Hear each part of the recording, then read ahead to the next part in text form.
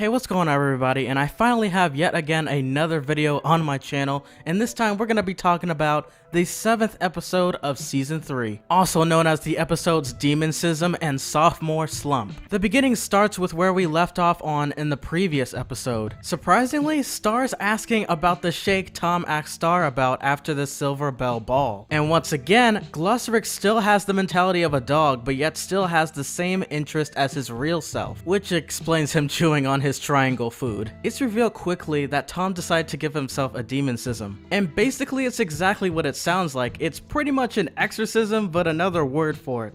Honestly, I find Demoncism surprisingly more creative anyways. So Star and Ponyhead head over to Ponyhead's old boyfriend, who is also a victim of Demoncism. And I purposely meant to say victim because, oh my gosh, this guy is a freaking robot programmed to be the corporate slave worker he is. Anyways, they finally make it to the Demoncism, and Tom says that it's something that he wants to do in order to control his explosive behavior. Things seem to get out of control, and so Star is there to comfort him. Now, if Tom is telling the truth about him being inspired by Star and her new responsible attitude, then I admittedly have more respect for Tom. And so far, it seems that he's become a more developed character and a lot more compassionate one who is self-aware of his actions. Gotta admit, he's a freaking demon willing to control his temper for the people he cares about. Oh yeah, and that episode ends with Tom and Star holding hands. Interesting. Okay, the part B of this episode is Sophmore Slump. And boy did Marco's character suck. But it's probably because the world of Muni was rubbing off of him, which it was. The beginning is literally him munching on the Muni brand snacks of Doritos themselves, Corn-Ritos. And he's doing this while wrapping himself in the new special cape he got from River. The episode Sophmore Slump is referencing to how Marco isn't even attending school from what it seems, nor has he even adjusted to living onto Earth yet. Reminds me of the episode Running with Scissors when he came back from another dimension after so many adventures and... Wait a minute.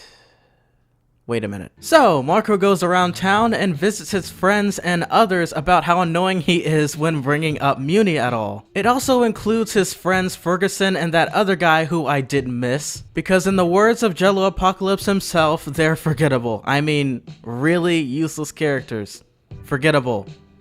No offense. And by the way, I just remembered the other character's name. It's Alfonso. Okay. So let's zoom to Jackie with Marco. Let me express how it was great to see Jackie's house for the first time. And possibly the last after this episode. Ultimate foreshadow. And also see her in this season for the second time after her slight first appearance in an episode earlier. Also, she has a poster saying 21 pylons. Yeah. 21 Pilots reference. Okay, now back to the important bit. Like I said before, Marco was kind of a moron in this episode. Okay, you want to go to Seashellville? Shelltown? Shellville? Necklace Land? Necklace Land? Necklace Land? Shells? Seashell? Seashell Land? And once again, I have to say, Jackie really doesn't deserve this type of treatment. So they head to the pier for a date, and there's another time when Marco pulls out $650 again. Everything seems to be going fine until the very ending. Jackie instantly finds out about Marco and that he can't let go of Muni after seeing that he still is wearing the cape. It reminded me of that episode with Spencer from iCarly wearing that suit to impress a girl, except this time it didn't impress a girl. Instead, it ticked off Jackie. And she was extremely kind about it, but their relationship only lasted for a few months, and almost the entire time, he flaked on her. Marco tries to convince her that she is his best friend, but even Jackie knows that it's a clear lie. Maybe even she knows the connection between Star and Marco better than themselves, especially after Star crushed. Now it even gets to the point in the episode where Marco decides to be transferred to Muni and live there instead. So I guess I was half right about the intro. I believe it was showing him still at Muni and that his room basically looks the same as it was on Earth. Maybe we'll be able to see more of those laser puppies again now that he's back on Muni. It seems like it. Wish my parents would allow me to stay in another dimension simply because I felt like it and I had dimensional scissors. But I guess it wouldn't really matter. But this ending was insanely unexpected for me. Will Tom and Star's relationship end up the same way as Marco and Jackie's?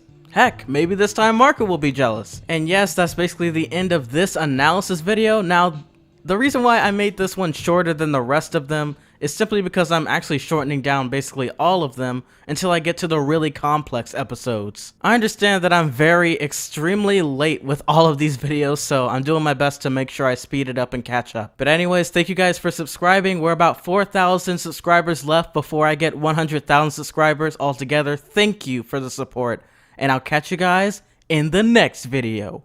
Peace!